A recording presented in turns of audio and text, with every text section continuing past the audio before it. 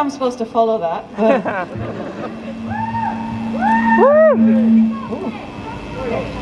Hi, my name is Hafsa. Any pronouns are fine. I'm Muslim, bi, genderqueer, poly. I'm a lot of adjectives. I want to talk to you all today about power. Malcolm X once said that the media is the most powerful entity on earth.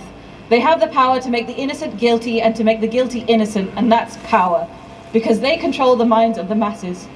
For a long time, the media helped perpetuate the myth that white people were superior to people of color through genetics, phrenology, whatever else was the racist ideal of the day. Only now it's not socially acceptable to say out loud, so they perpetuate stereotypes. I am a terrorist because I am a Muslim. Accusations of pedophilia simply because we are trans.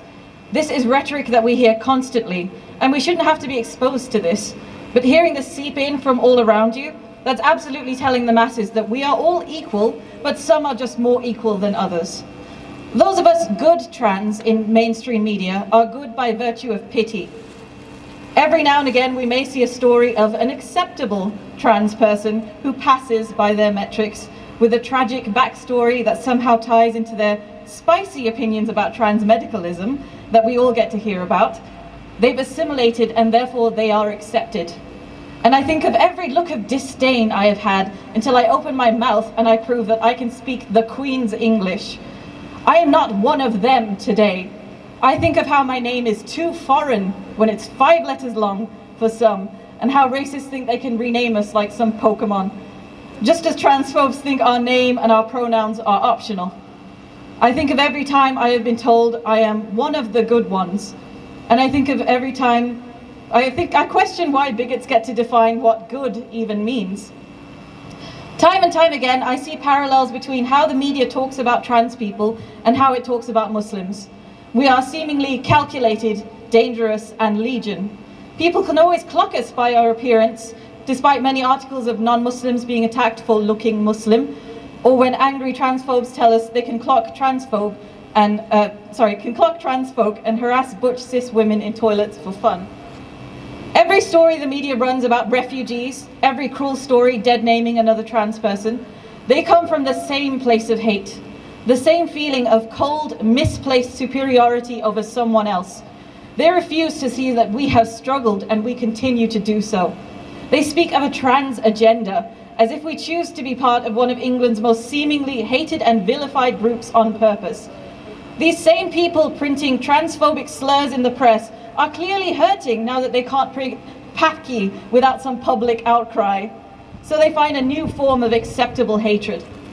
Bigotry comes from power. For some, it feels powerful to hate, to feel superior to others. And what better source of that feeling than attacking a minority group that can't punch back quite as hard?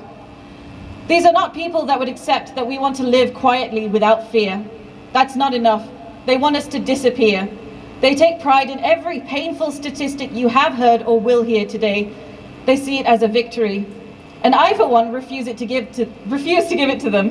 And that means being out here today, being loud, and being angry back.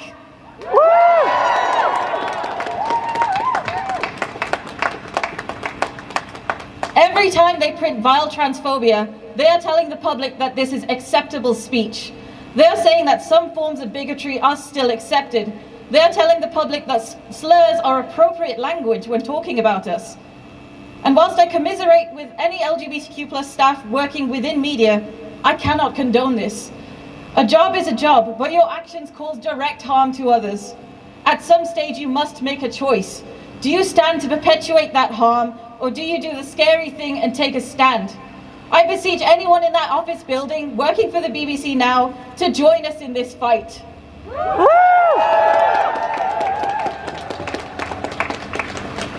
Now, there's likely someone watching these speeches today, maybe amongst the crowd, writing down little quips to refute every point that we say, taking joy in putting us down. They'll get a gleeful little smile when they think about how they can show how we're wrong.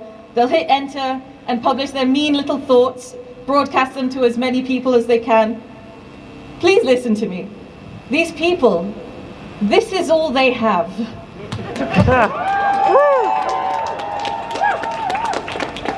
There are entire communities out there that meet to talk about how they think the earth is flat, or that they don't think vaccines are real. Bless them, transphobes are just the same. The denial of biology and science is laughable, and having that platformed in front of us transmitted as some sort of science is just ridiculous. The only difference is that they have a bigger microphone this time. And I try to imagine what it must be like to cling to a community solely held together by bigotry and hatred. But my community loves and accepts me for who I am, so maybe I'll just never understand.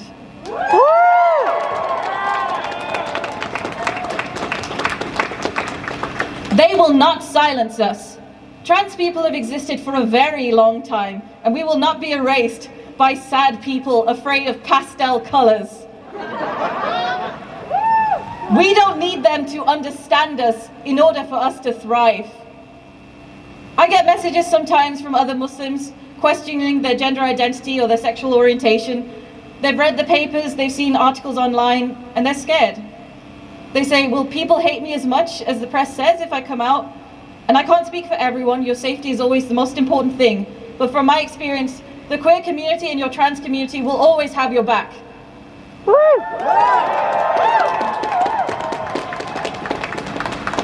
But anyone gatekeeping that space, whether they say they're LGBT or not, does not speak for all of us, and that's not someone worth knowing. I have met so many wonderful queer and trans people of color since I've been out.